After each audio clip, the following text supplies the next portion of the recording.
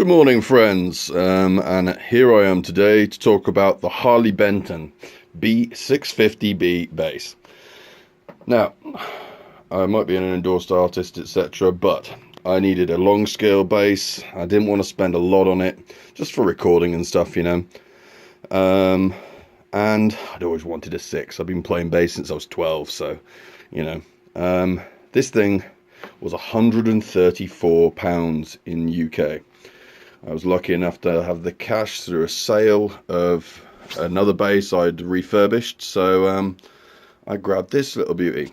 Now, my father was a luthier, and I am quite picky when it comes to guitars on quality, to say the least. And I hate to say this, but this is better than the £800 Legator that I last got. Far better build quality. Which is saying something. It's a Canadian maple neck. I believe it's a basswood body on it. It's active passive pickups. So you've got active passive first. We've got a balance and EQ. We've got separate rungs on the bass, on the bridge. So each one's a separate runner, much like your fan fret 8 strings and 7 strings and that. The only thing that is wrong with this bass, and I mean the only thing, and you'll notice it now. Look at the alignment on the pickup. First pickup's alright, but the second one goes dodgy. And then if you look up the neck, we've got quite a gap on the left hand side of the neck compared to the right. But I'll be honest with you, for £134 for this thing, I couldn't care less. It plays beautifully. It's incredibly well finished for what it is. I mean, like, really well finished. The paint's fine, I mean, apart from my fingerprints. The active circuitry works beautifully. It's got great tone out of the pickups. And it's set up really easily. It's stable with the tuning. It's got a nice neck. It's not a lump of planking wood that I was expecting. It's quite a fast neck, actually. It came perfectly intonated and in tune and set up. I managed to drop the tuning to what I wanted really easily. I really can't lay enough praise on this thing. That's even my cat's laying praise on it. Yeah, it's shockingly good. I've played this a lot in the last 24-48 hours, and I mean, I barely put it down. I mean, yeah, of course, it doesn't compare to a high-end bass, but I mean, neither should it. I mean, and for this money, I mean, I'd recommend anyone to go and buy a Harley Benton. I mean, certainly this bass, I'm absolutely floored by it. It sounds amazing. I mean, it really does have a great tone. I'll put a video up soon with a little demo on it, but yeah, I've been knocked sideways by this. The quality, the build, the everything about it. I mean, I cannot knock it.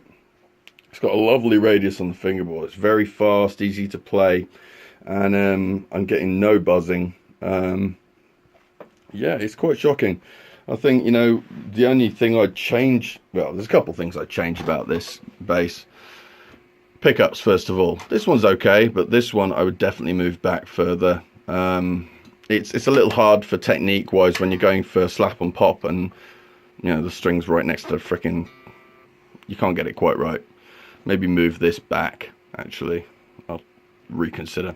These I'd move further away onto the curved bevel, because this is way too close. The active passive volume, it's also your volume, but it switches between active and passive. Personally, I much prefer the tone from the passive.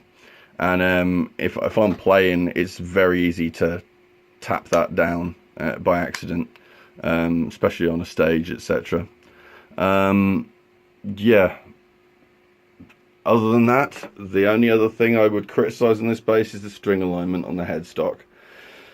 Now, we all know that the stability in tuning, particularly in non-locking nut guitars and basses, is all to do with the alignment of the machine heads with the strings.